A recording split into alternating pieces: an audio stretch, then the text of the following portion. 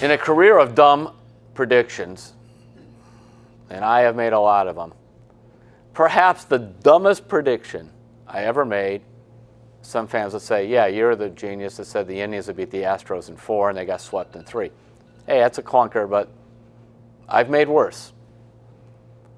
The year LeBron left, in the summer of 2010, to go to Miami, it's like I must have been reading Dan Gilbert's email too often about how, you know, the Cavs will bounce back and they'll be good without LeBron, blah, blah, blah. And I remember looking at that roster in 2010, thinking about, well, they have Anthony Parker and they have Anderson Varejao, and they may not be that bad. And for whatever reason, I can't remember whether I predicted them to win 46 games or 42 games.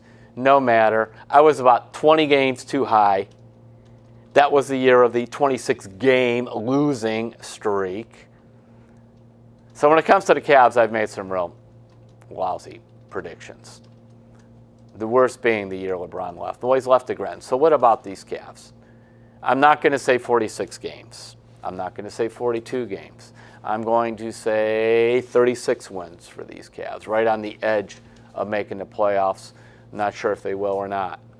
And I'm going to say that they will be better than a lot of people think for a few reasons. Number one, it starts with they did re-sign Kevin Love, who is a all-star power forward. I will say this. I think the backcourt can be above average. George Hill and Collin-Sexton, the point guard. Jordan Clarkson and Rodney-Hood, shooting guards. Now, I didn't mention J.R. Smith because I don't know what to do with him. But those four, that's not a bad group. I'm intrigued to see what Cedi Osman does at small forward. Yep. Love at power forward. Centers. Here's where I'm sighing now, because what it seems to me, Coach Tyronn Lue is going to be playing Tristan Thompson a lot along with Larry-Nance-Jr. I like Larry-Nance-Jr. playing. And it seems like my guy, Anton Zizic, the big man from Croatia, could be sort of left out. By the way, Zizic shot like 80% from the field in the preseason. When you throw him the ball down low, he scores.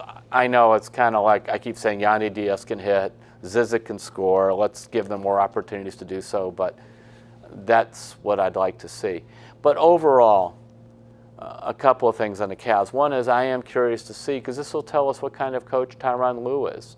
He's wanted to have a team, as he said, he could mold. That's his exact word. He used that a couple times. That a team that he could have real ball movement, a team that will have, you know, that player movement, and not so LeBron-centered and relying on LeBron James. Well, we'll see if he can do that. And I'm sure he's got some plays and formations and all kinds of schemes that he thinks will work, but it'll be up to him to teach these players to do it quickly. Secondly, let's find out if Collin-Sexton can indeed become one of the good young point guards in the NBA. He seems to have the raw ability to do so.